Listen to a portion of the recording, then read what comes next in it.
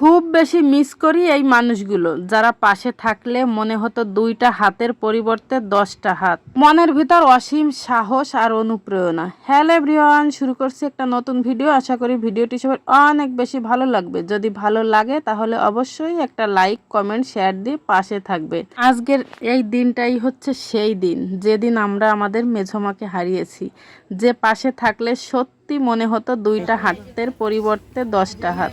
বাড়িতে কোনো অনুষ্ঠান, কারো কোনো বিপদ, হসপিটালে থাকা, বাড়িতে সমস্যা, একমাত্র সমাধান ছিল আমার মেঝোমা। কোনো সমস্যা, কোনো কাজ শুরু হওয়ার আগে যদি বলতাম কি করে সব সামাল দিব, যে মানুষটা নির্দ্বিধায় বলে দিত কোনো চিন্তা করিস না, আমি তো আছি, পাশে আছি, সমস্যা সব সমাধান হয়ে যাবে। এই কথাটা বলার মানুষ আসলে পৃথিবীতে খুবই কম। যে পাশে ছিল তাকে হারিয়েছি এই দিনে। প্রতিটা ক্ষণে ক্ষণে মনে পড়ে তার কথা।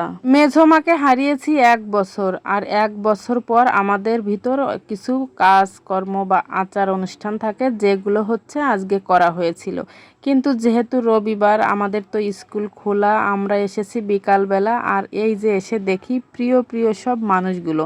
এটা ছিল আমার ছোট পিসি, আমার ঠাকুরমা, আর এই হচ্ছে আমার মেজো পিসি। পিসিদের কিন্তু অনেক মিস করি, অনেক ভালোবাসি।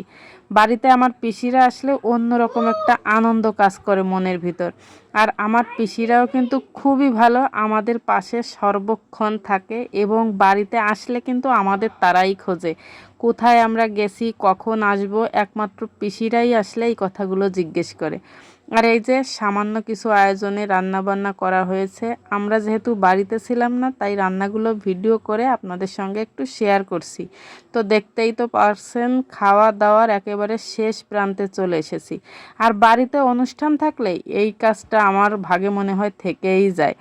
সব খাবার দাবার আত্মীয় স্বজন বাড়িতে যারা থাকে তাদের জন্য এভাবে আমরা পাঠিয়ে দিই। আর এটা কিন্তু একদম সত্য কথা। আমাদের বাড়ি যদি অনুষ্ঠান হয় আর আমরা যাদের নিমন্ত্রণ করি তাদের বাড়ি যদি একজন লোকও থাকে, আমরা তাদের জন্য সবসময় খাবার এভাবে পাঠিয়ে দিই।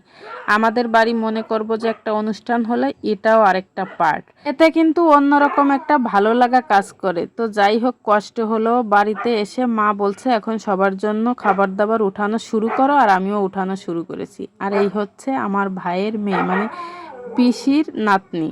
ওকে আমরা অনেক ভালোবাসি। দেখেন কি কিউট একটা মা।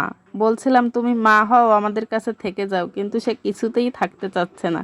তো আমরা 2 বোন মিলে ওকে পটাচ্ছিলাম, তো কিছুতেই সে রাজি হলো না, আর ক্যামেরার সামনে সে একদমই আসতে চাইছিল না। তো যাই হোক, বাড়িতে আসার পর অল্প অল্প করে ভিডিও করে আবার সেটা এডিট করে ভয়েস দিয়ে আপনাদের সঙ্গে শেয়ার করলাম। যেহেতু একটা বিশেষ দিন আর মেঝোমাকে অনেক বেশি ভালোবাসি, তার কারণে তার উপলক্ষে অনুষ্ঠান, এটা মিস দেওয়া কোনোভাবেই সম্ভব না। সবাইকে ধন্যবাদ, টাটা।